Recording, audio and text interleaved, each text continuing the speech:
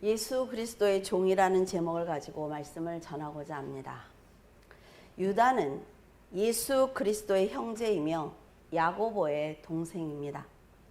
예루살렘 멸망에 대해 침묵하는 것을 보면서 AD 70년 전에 기록된 것으로 보는 사람들도 있고, 베드로 후서와 비슷한 부분이 많다, 그래서 AD 70년에서 80년경으로 보는 견해도 있습니다.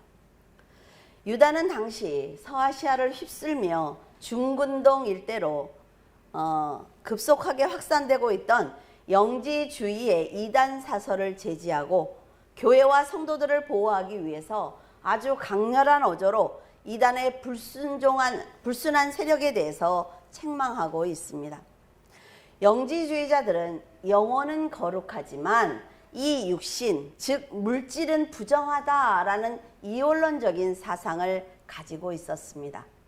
그래서 이들은 세상에 오신 예수님의 성육신을 부인한 거예요. 우리들의 영혼은 거룩한 줄 알아. 하지만 우리의 몸은 아니야. 그러니까 우리의 몸으로 어떤 죄를 져도 그것은 괜찮아 라는 사상을 가지고 있었단 말이죠. 그래서 이 사람들 중에는 도덕 폐기론을 주장하는 사람들이 굉장히 많이 있었어요. 그래서 아주 부도덕한 삶을 사는 사람들이 많이 있었습니다. 하나님의 온전한 법을 깨닫지 못한 사람들은 지혜가 없기 때문에 육으로 짓는 죄에 대한 죄의식이 전혀 없었던 것입니다. 성도들은 하나님을 믿는 거룩한 존재라 말이죠.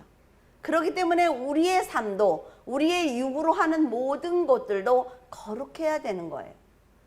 10절에 보면 이들은 이성 없는 짐승같이 본능으로만 살면서 진리를 회방함으로 멸망을 당하게 될 것이다 라고 기록되어 있습니다. 이 세상은 사람들이 모두가 권력을 갖고 싶어하는 곳이기 때문에 자신을 누구의 종이다 라고 당당하게 소개하는 사람들이 없습니다. 주인을 진심으로 사랑하고 존경하며 그의 종이 된 것을 자랑스러워하지 않는 한 나는 누구의 종이야 라고 소개하지 않는단 말이죠.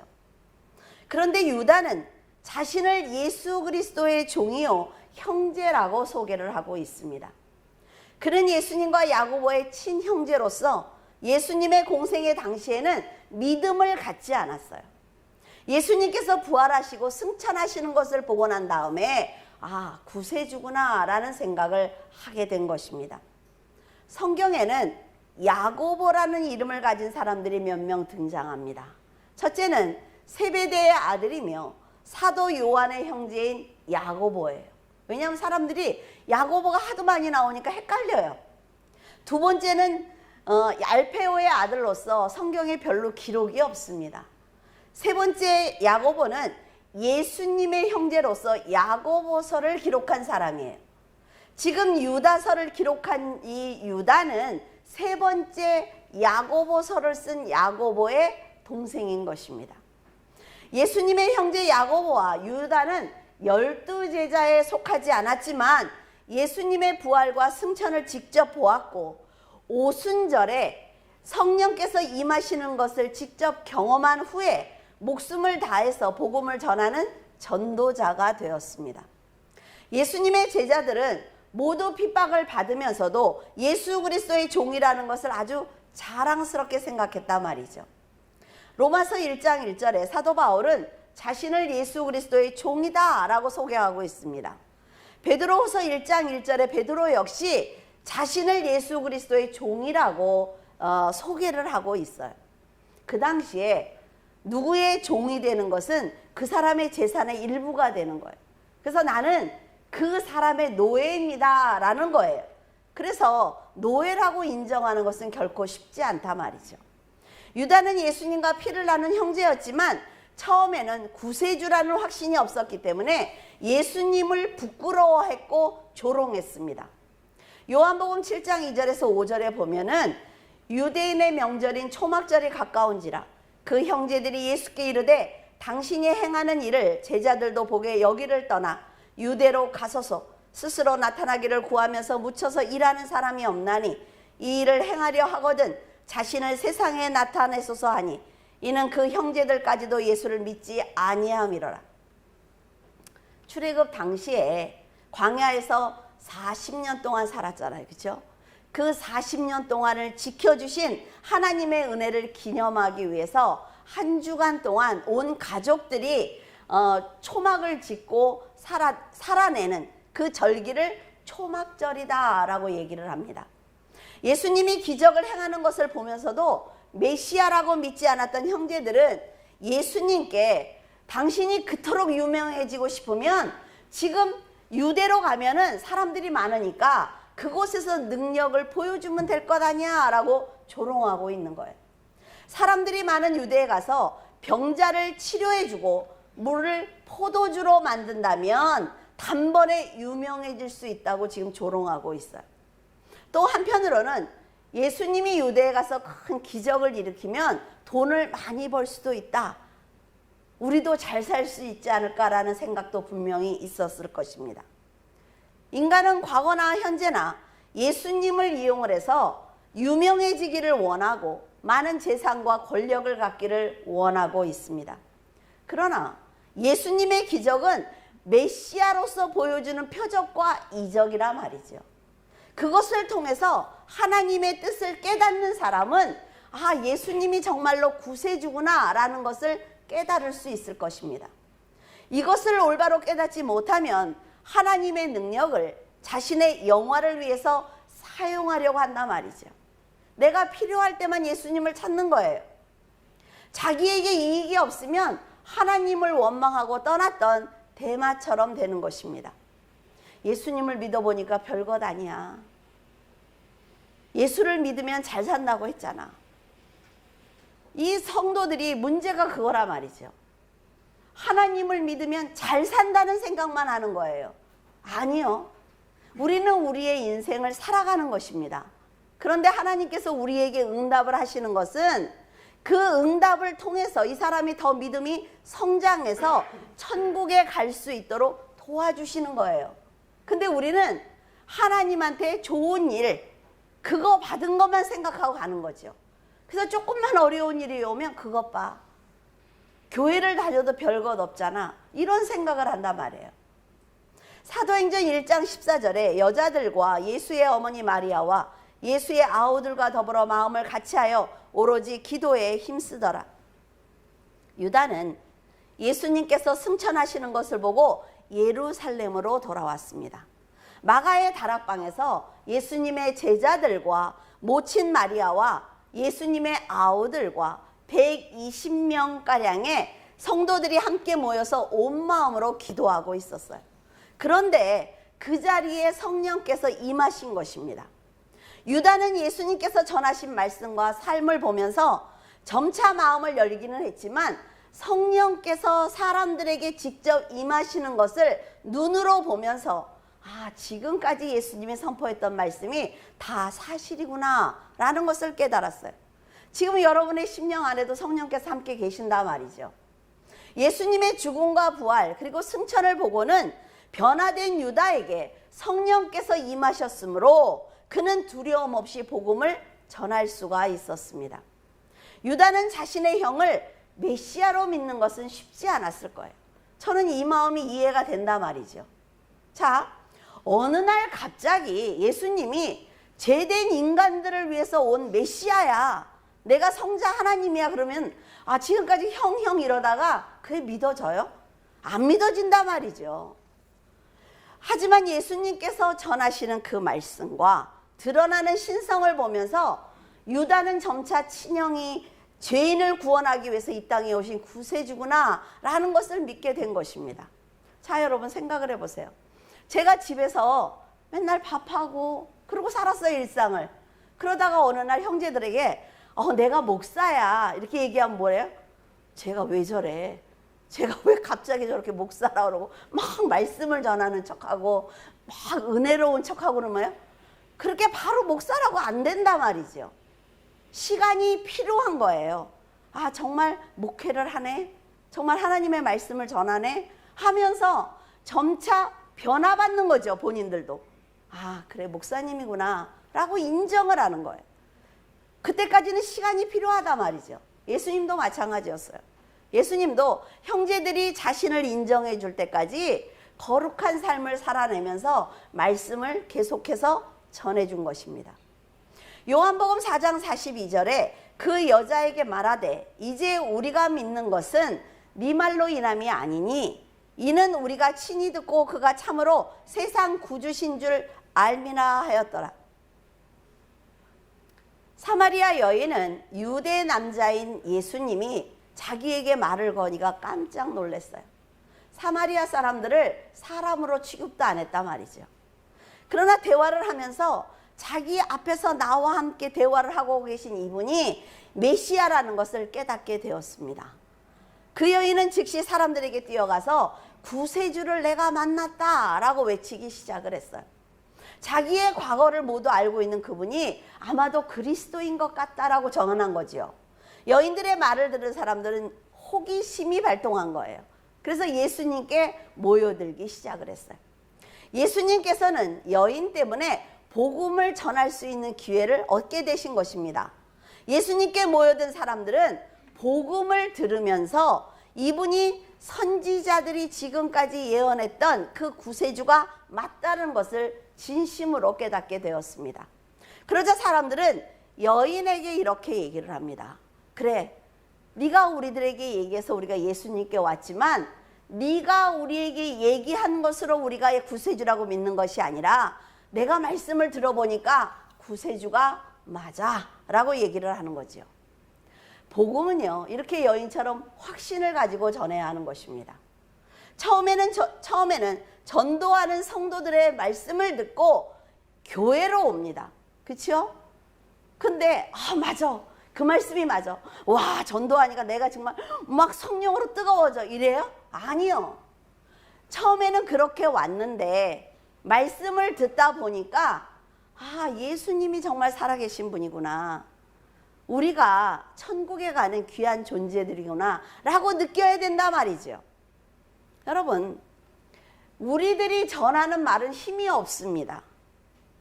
우리들이 전하는 말 가지고 그 사람이 탁 변할 거라는 생각을 하면 안 돼요. 그런데 하나님의 말씀은 살아있고 운동력이 있단 말이죠. 그래서 칼에 날카로운 양날처럼 이 말씀이 날카로워서 그 사람의 혼과 영과 관절과 골수를 쪼개기까지 합니다. 그리고 그 사람의 마음과 생각과 뜻을 관찰해요. 감찰하십니다. 그래서 하나님의 말씀이 우리들의 심령에 탁 닿으면 변화를 받을 수밖에 없어요. 하나님의 말씀을 영접을 했는데 똑같은 삶을 산다? 똑같은 생각을 갖고 있다? 아니요, 그렇지 않습니다. 하나님의 말씀을 받으면 세상이 보이기 시작을 하고 사람들이 보이기 시작을 해요. 그리고 저 사람이 어떤 생각을 하는지, 내가 무엇을 도와줘야 되는지 그것이 보인다 말이죠. 말씀은 살아있고 사람을 변화시키는 능력이 있기 때문에 진리를 들으면 찔림이 있어야 돼요. 여러분, 설교를 들을 때 찔림이 있으십니까? 여러분들 마음에 찔림이 없고 내가 한 주간을 잘못 살았어, 내가 이번 주간에는 하나님 앞에 이렇게 했구나 라는 생각이 없으면 제가 설교를 잘못하고 있는 거예요. 하나님의 말씀은 100% 찔림이 있어야 됩니다. 그래, 내가 다음번에는 이렇게 살아봐야지, 이런 생각이 있어야 된단 말이죠. 예수님께서는 이방인들이 복음을 듣고 주님을 영접하는 것을 그 자리에서 보셨어요. 택함을 받은 이스라엘 백성들은 아무리 말씀을 전해도 예수님의 말씀을 받아들이지 않는데 이방인들이 복음을 받아들이는 것을 보면서 굉장히 기쁘셨습니다. 이건 뭐예요? 성경이 성취되고 있는 거죠. 자신의 형제들조차 쉽게 믿어주지 않는 것을 보면서 선지자가 고향에서 환영을 받는 것이 가장 어려운 일이다 라는 말씀까지 하셨습니다. 그러나 그들도 구원을 받아야 되는 영혼들이라 말이죠. 여러분들에게 해코지하고 힘들게 하는 사람들도 구원받아야 되는 영혼들입니다. 그렇기 때문에 어떻게 하면 복수를 할까, 어떻게 하면 저 사람을 괴롭게 할까가 아니라 그 사람을 위해서 기도해야 합니다. 여러분은 믿지 않는 가족이나 이웃에게 예수님을 믿어야만 구원받을 수 있다고 복음을 전하신 적이 있습니까? 복음을 전했다면 여러분이 믿음으로 사는 선한 모습을 보여줘야 합니다. 그들에게 말씀대로 사는 모습을 보여주지 못한다면 여러분은 물론 그 사람이 그리스도까지 조롱할 거예요. 너나 잘 살아. 아, 하나님을 믿으면 그렇게 사는 거야? 이렇게 욕을 한단 말이죠. 그리스도께서 얼마나 귀한 분인지, 예수님의 종으로 사는 것이 얼마나 행복한 일인지 감사하는 삶을 보여주지 않는다면 말씀과 행함이 다른 성도 때문에 그리스도를 영접하지 않을 것입니다. 그러나 최선을 다해서 전했다면 그들의 구원에 책임질 필요는 없습니다. 질질질질 끌려가는 사람들이 있단 말이죠.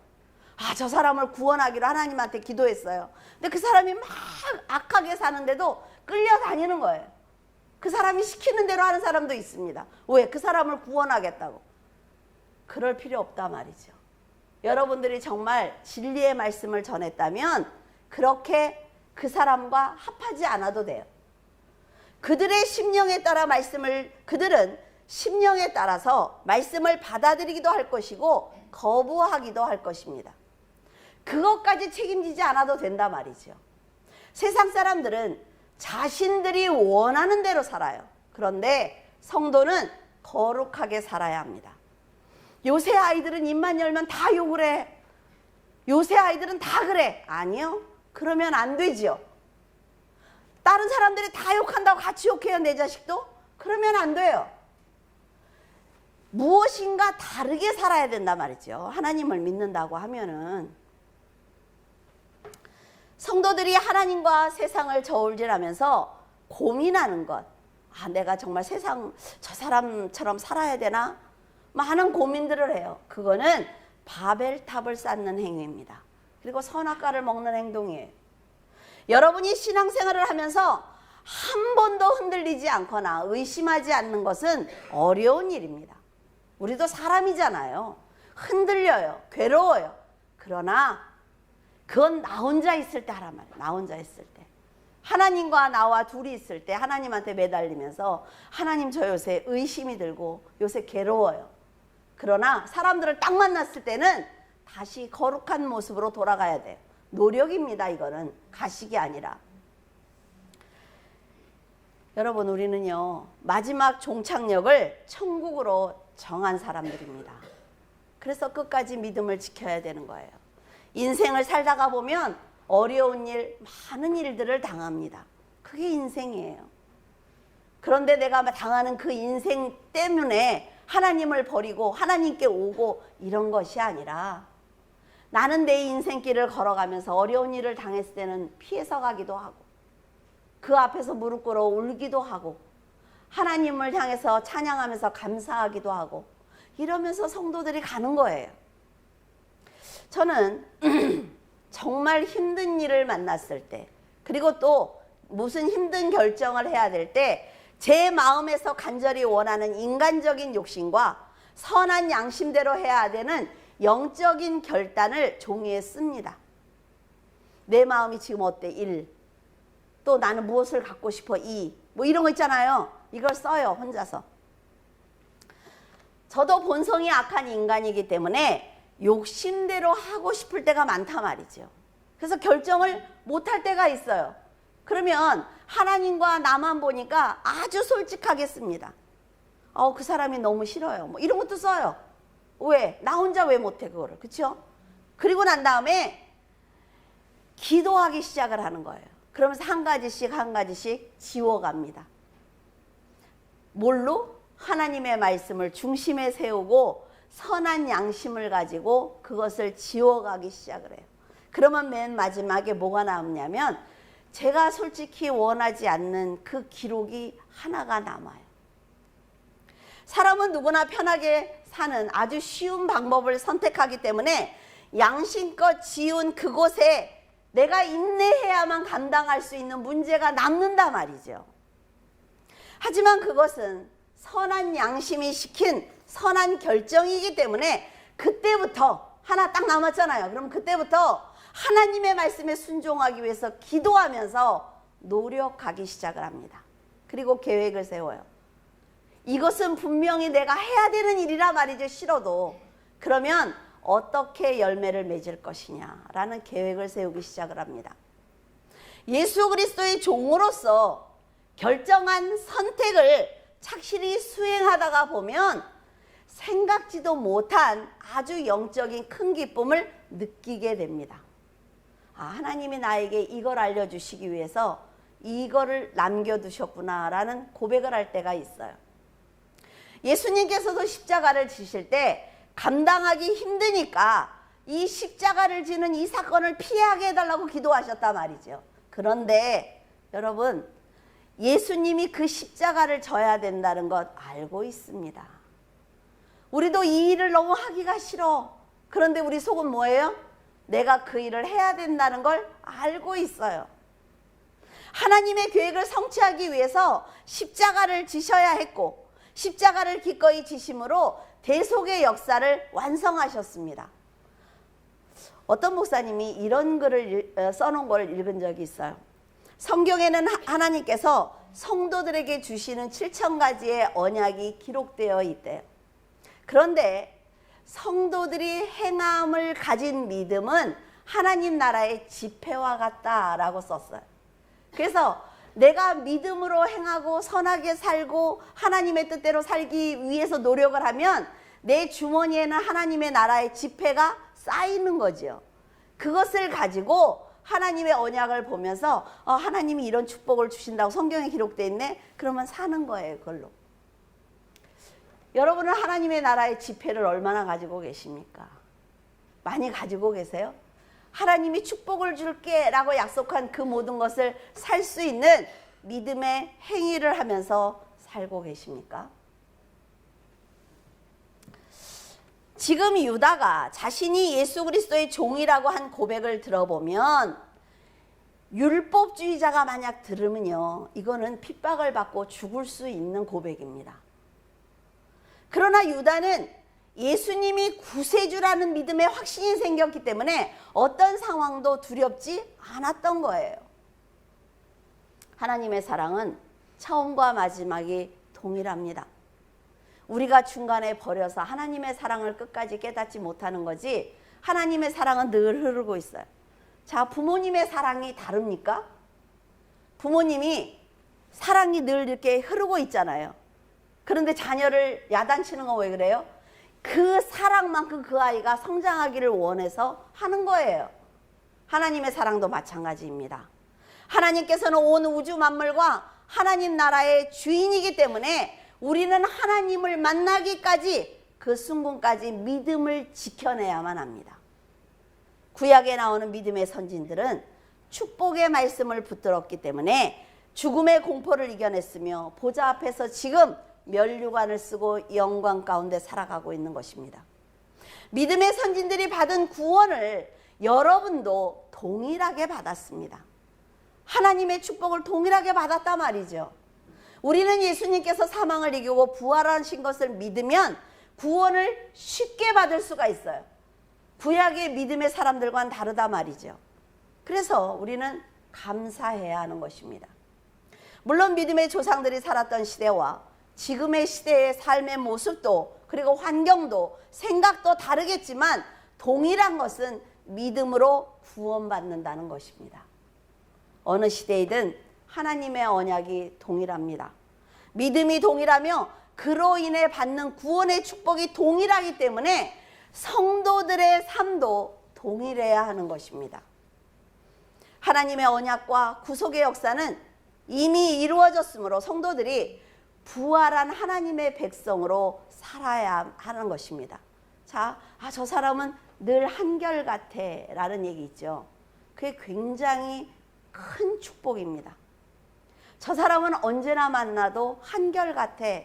그런 말을 들어야지요. 저 사람을 만나러 가야 되는데 화를 내고 있으면 어떡하지? 저 사람을 만나야 되는데 소리를 지르면 어떡하지?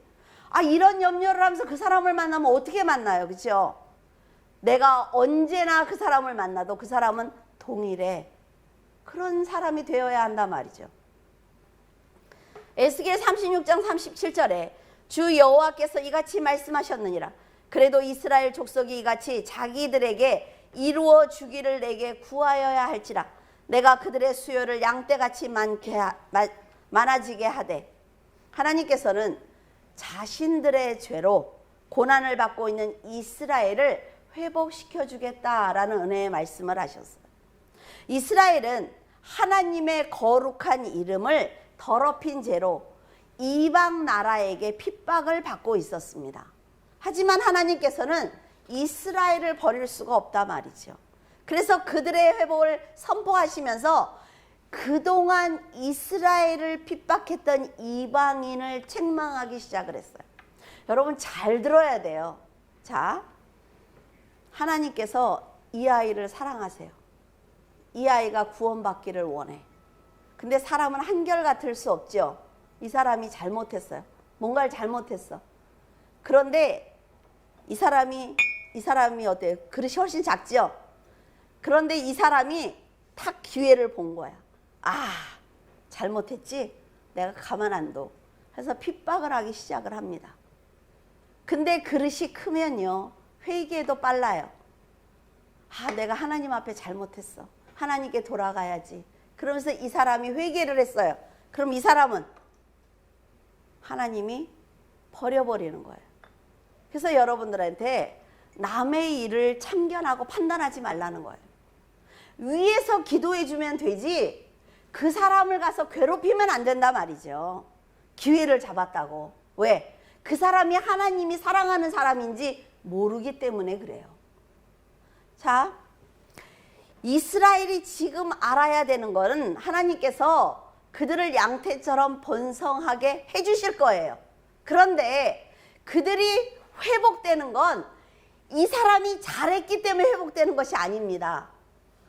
이 사람을 통해서 하나님의 이름이 땅에 떨어졌어요. 사람들이 다 저 사람은 기독교인이야. 저 사람은 하나님을 사랑하는 사람이야. 했는데 이 사람이 죄를 지니까 이 사람 때문에 하나님의 이름이 땅에 떨어졌어요. 이 사람을 회복시켜야 하나님의 이름이 다시 올라오겠죠. 그래서 이스라엘을 회복시켜 주시는 거예요. 땅에 떨어진 하나님의 이름을 회복하기 위해서. 이스라엘을 회복시켜 주심으로 이방인들은 아, 저 사람이 하나님이 사랑하는 사람이구나 라는 걸 알게 되겠죠. 이스라엘이 정말 하나님의 백성이네 라는 것을 알게 될 거예요. 그리고 이스라엘은 새 영을 받아서 이 새 마음이 되는 거죠. 이 굳은 마음을 다 버려버리고 새 마음을 가지고 하나님의 말씀을 지키고 율례를 지키는 백성으로 거듭날 것입니다. 이런 기적과 같은 일은 하나님께서 일방적으로 역사하실 거예요. 잘 들어요. 이런 일은 하나님의 계획을 세우셨어요. 이 아이를 회복시켜줘야지, 이스라엘을 잘해줘야지. 하나님이 계획을 세웠기 때문에 일방적으로 가셔요. 그래서 회복시켜 주십니다. 이스라엘이 할 일은. 하나님이 회복시켜 주셨을 때 부끄럽지 않도록, 하나님이 부끄럽지 않도록 기도하는 것입니다. 기도하면서 따라가는 거예요. 하나님을 따라가면서 기도하고 선한 삶을 살아내는 것입니다. 그래서 이 마지막에 하나님이 완성하셨을 때 하나님 저도 이렇게 살았어요 이러고 탁 만나야지요. 그래야 이 축복이 오래 가는 거예요. 근데 올라오면서 사람들을 쳐다보면서 봤지? 나 이런 사람이야. 내가 이렇게 하니까 하나님이 날 도와주잖아. 너 나한테 까불지 마. 이러면서 여기까지 올라왔어요. 그럼 어때? 하나님이 탁 버려버려요. 여기까지 올라왔는데 다시 고난으로 내려가요. 이런 사람들이 왜 그런다? 올라오면서 교만해져서 그런다. 아셨죠? 절대로 교만하면 안 돼요. 여러분들이 하는 일이 잘 되든 또 뭐 어떤 응답을 받았든 끝까지 겸손해야지. 교만하면 하나님께 다시 연단을 받는다는 거예요. 이렇게 순종하는 마음과 믿음의 행위를 보여드린다면 하나님께서는 분명 성령의 충만함으로 부흥의 역사를 허락하실 것입니다. 종이 주인의 명령을 전하는 것은 주인의 뜻을 이루기 위해서입니다.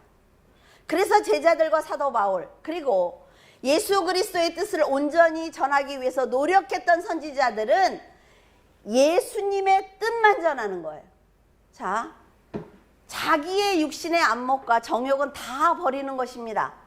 내가 알고 있는 지식 다 버리는 거예요. 내 감정 다 버리는 거죠. 내가 해야 되는 일은 오로지 예수 그리스도의 말씀만 전하는 거예요. 그래서 말씀을 전하는 자리가 어렵습니다.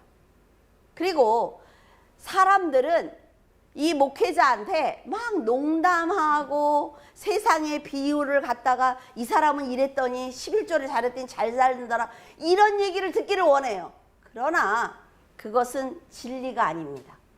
누구는 11조 안 하나요? 그러면 11조를 열심히 했는데 어려운 사람은, 그건 진리가 아니에요. 자, 제자들이 예를 들어볼게요. 주인이 깨끗한 물을 주면서 저 사람이 목말라 하니까 이 깨끗한 물 갖다 줘 라고 얘기했어요. 근데 이 종이 갖고 온 그릇이 너무 더러워. 이 바닥에 있는 걸, 요새 뭐 막 유축 나오고 그러지요, 물도. 그런 그릇을 갖고 왔어요. 그래서 주인이 주는 깨끗한 물을 받았어. 이 사람이 갖다 주는 물 먹을 수 있어요, 없어요? 없어요. 종이 하는 일이 뭔지 알겠어요? 주인이 주는 깨끗한 물을 그대로 깨끗하게 전하는 거예요. 그러기 위해서는 서 있는 목회자가 자기의 생각이나 지식이나 감정이나 내 간증을 하면 안 돼요. 예수님의 말씀을 그대로 전해주는 거예요, 성도들에게. 그러나 이것이 잘 되고 있느냐는 거죠. 그래서 제자들은 내가 예수 그리스도의 종이야 라고 얘기한 건, 나는 예수님이 나에게 주신 그 말씀을 그대로 전하는 사람이야 라는 얘기입니다. 사람들이 좋게 하기에, 듣기 좋게 하기 위해서 말씀을 바꾸면 안 됩니다. 성경 그대로 전해야 돼요. 그래야 그 종이 나중에 주인에게 꾸지람을 듣지 않습니다. 그래서 여러분들도 전도를 할 때 자꾸 내가 그 교회를 갔더니 복을 받았어, 이런 말 하면 안 돼요. 예수님이 어떤 분이더라 라고 얘기를 해줘야 돼요. 판단은 그 사람이 하는 거죠. 주인과 종은요, 보는 것이 다릅니다. 깨닫는 수준이 달라요. 그치요? 판단하고 결정하는 수준이 다르단 말이에요. 여러분과 여러분의 자식이 어떻게 결정하고 보고 판단하는 게 똑같을 수가 있겠어요. 그래서 주인의 말씀을 그대로 전해야 되는 것입니다. 우리가 부모님이 얘기하면 그대로 순종하려고 하잖아요. 왜? 그분의 경험이, 그분의 삶이, 그분이 알고 있는 지식이 맞으니까. 부모들의 말씀을 듣는 거예요, 자녀들이. 1절에 예수 그리스도의 종이요 야고보의 형제인 유다는 부르심을 받은 자 곧 하나님 아버지 안에서 사랑을 얻고 예수 그리스도를 위하여 지키심을 받은 자들에게 편지하노라. 여러분이 바로 하나님의 부르심을 받은 자입니다. 그리고 예수님의 희생이 헛되지 않도록 헌신하는 성도이기 때문에 하나님께 보호를 받고 있는 것입니다. 하나님께 도움을 받고 싶거든 하나님의 말씀대로 살면 됩니다. 부르심을 입은 자는 구약시대에 이스라엘을 가리키는 말이에요. 이스라엘 사람들을 보면서 부르심을 받은 자네, 그것이 그리스도에게 전이 돼서 지금 부르게 된 호칭이라고 해요. 성도들은 더욱 하나님의 부르심에 합당한 삶을 살아야 되는 것이죠. 그리고 정직한 복음을 전해야 합니다. 그러면 예수 그리스도의 이름은 그냥 높아지는 거예요. 사도 바울도 로마서 1장 7절에 하나님께서 사랑하셔서 성도로 부르심을 받은 로마에 있는 모든 성도들에게 우리 하나님 아버지와 주 예수 그리스도께서 내려주신 은혜와 평화가 있기를 바란다 라고 얘기를 했습니다. 우리가 누리고 있는 은혜와 평화는 하나님께서 먼저 죄인인 우리들을 불러주셨기 때문에 가질 수가 있는 거예요. 우리가 부모의 이름에 성을 따는 건 뭐예요? 부모가 나를 낳아주었기 때문이에요. 낳아주지 않으면 어떻게 그 성을 따라요? 똑같은 거죠. 그 모든 공로가 하나님께 있다는 것을 잊으면 안 됩니다. 하나님께서 이스라엘을 부르신 것은 그들의 왕이 되어서 백성들에게 영광을 받으시기 위해서입니다. 하나님께서 지금 우리를 부르신 것은 우리를 통해서 예배를 받으시기 위해서예요. 자신의 생명을 주고 죽음에서 건져낸 성도들이 하나님의 뜻을 깨닫지 못하고 세상과 동일한 모습으로 살아간다면 하나님께 사랑을 입은 자다라고 말할 수가 없습니다. 데살로니가전서 5장 23절에 평강의 하나님이 친히 너희로 온전히 거룩하게 하시고 또 너희의 온 영과 혼과 몸이 우리 주 예수 그리스도께서 강림하실 때 흠없게 보존되기를 원하노라. 사도 바울은 데살로니가 성도들에게 피차 권면하고 서로 덕을 세우고 사랑 안에서 귀히 여기며 회복하라고 말하고 있습니다. 오래 참고 선을 따르며 항상 기뻐하고 쉬지 말고 기도하라고 하였어요. 그리고 범사에 감사하고 성령을 소면치 말며 예언을 멸시치 말고, 예언이라는 건 이렇게 기도해 주고 뭐 깨닫고 뭐 이런 얘기가 아니에요. 성경의 요한계시록 마지막까지 기록되어 있는 그 예언을 멸시하지 마라. 그리고 악은 어떤 모양이라도 버리라고 간곡하게 말하고 있습니다. 이렇게 간곡하게 말하는 것은 너희들이 거룩하게 살아야만 영과 혼과 몸이 흠없게 보존이 돼서 천국에 갈 수 있어 라는 얘기예요. 여러분, 사람들은 흙탕물과 같은 세상에 뛰어들고 싶어 합니다. 왜? 우리가 홍수가 났을 때 흙탕물이 막 내려가면서 막 여러 가지가 떠내려가잖아요. 근데 그것을 잡으려고 뛰어듭니까? 그러면 죽어요. 그래서 하나님께서 성도들에게 너희가 보존되는 방법은 뭔지 아십니까? 한강물이 쫙 흐르고 있으면 옆에 인도가 있죠. 인도까지 아직 안 올라왔어요. 아, 올라오면 어떻게 이렇게 생각하면 안 돼요? 그러면 같이 거기 한 발자국 떨어져서 보는 것입니다. 흙탕물이 흘러가는 거를. 그러면 객관적으로 볼 수가 있어요. 더러운 거는 떠내려가고 사람이 떠내려가면 살려야 되잖아요. 그렇죠? 하나님이 우리에게 원하는 건 바로 그것입니다. 흙탕물처럼 거센 물살이 흘러가는 저 세상을 보면서 너와 떠내려가는 영혼들을 구원해 달라는 거예요. 이게 성도들이 할 일입니다. 그래서 하나님이 하시는 일은 뭐냐? 성도들이 그 흙탕물에 휩쓸려 내려갈까 봐 허리에 성령의 끈을 불러서 하나님이 잡고 계시는 거예요. 성도가 떠내려가지 않게. 이게 보호예요. 하나님이 나를 잡고 있다면 어때요? 평안하지요? 평화롭지요? 성도들이 이걸 느끼면서 살아가는 것입니다. 유다는 거짓 교사들에게 속고 있는 교회와 성도들이 너무나 안타까워서 성도들이 이 편지를 읽고 믿음을 지켜줬으면 좋겠다라는 생각을 했습니다. 믿음에 확신이 없거나 그리스도의 말씀에 중심을 세우지 못하면 거짓 교사들이 전하는 거짓 복음을 판단하지 못하고 흔들릴 수 있기 때문입니다. 물론 물살을 거슬러 올라가는 연어는 세상을 거스르는 것과 같기 때문에 참 힘들 거예요. 그러나 연어는 살아 있습니다. 우리가 믿음을 지키기 위해서 거룩하게 사는 것은 굉장히 힘이 듭니다, 여러분. 성도는 해야 됩니다라고 해서 여러분이 쉬울 거라고 말하는 거 아니에요. 그러나 여러분에게는 영원한 생명이 있습니다. 하나님께서 믿음으로 사는 성도에게 긍휼과 평안과 사랑을 주신다면 하나님을 믿고 결단해야만 한단 말이죠. 그래야 영원한 세계가 있다는 것을 확신할 수가 있어요. 유다는 진리에 굳게 서지 못하고 이리저리 흔들리는 성도들의 믿음이 안타까워서 화를 내기도 하고 마음 아파하기도 했습니다. 이런 마음은 하나님을 사랑하고 그리스도의 종으로 살아가는 성도라면 누구나 가지고 있습니다. 여러분은 예수님의 희생으로 죽음에서 건짐을 받은 아주 거룩한 성도입니다. 세상을 뛰어넘는 하늘의 복을 받는 성도들이 이 세상에서 평안과 안식을 누리지 못한다면 하나님께서 준비하신 특별한 잔치에 참여하지 못할 것입니다. 여러분은 하나님의 살아계심과 예수 그리스도의 재림을 믿고 있는 성도이므로 믿음으로 승리하기를 바랍니다. 오늘 하루를 낮에 사는 사람처럼, 밤이 아니라 낮에 사는 사람처럼 정신을 차리고 똑바로 보면서 믿음과 사랑으로 충만하다면 하나님께서 여러분에게 관심을 갖고 보호해 주실 것입니다. 이 정도의 확신은 있어야 되잖아요. 내가 이 세상을 살아가는 동안 하나님이 나를 보호하실 거야. 나를 통해서 저 사람을 구원하실 거야. 라는 믿음 정도는 있어야지요. 여러분, 하나님께서는 믿음을 위해서 최선을 다하는 성도에게 너는 내가 사랑하는 종이다 라고 말씀을 하십니다.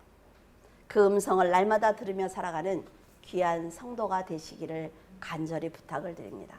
기도하겠습니다. 살아서 역사하신 하나님, 은혜를 감사를 드립니다. 아버지 하나님, 저희들이 유다의 마음이 되기를 원합니다.